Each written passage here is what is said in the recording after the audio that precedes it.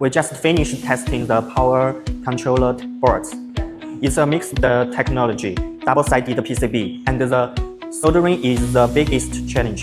The manual soldering efficiency is low and the results can be inconsistent. But with our selective wave soldering system, both issues can be solved if each solder jet can be programmed individually, including flex value, soldering time, wave height, and contact position. So you get stable, repeatable soldering quality even on complex board.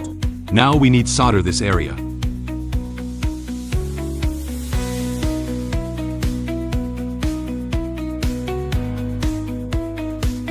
Place the PCB with the fixture onto the selective soldering stage. Click to start soldering.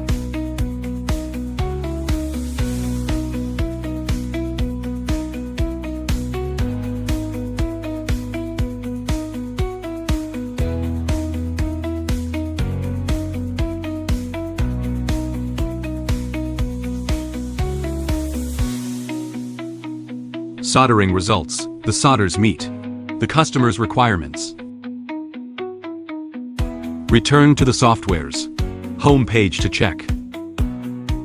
The total time for spraying and soldering was 21 seconds. If you are working on similar products, feel free to contact me. This is Kevin. Let's talk.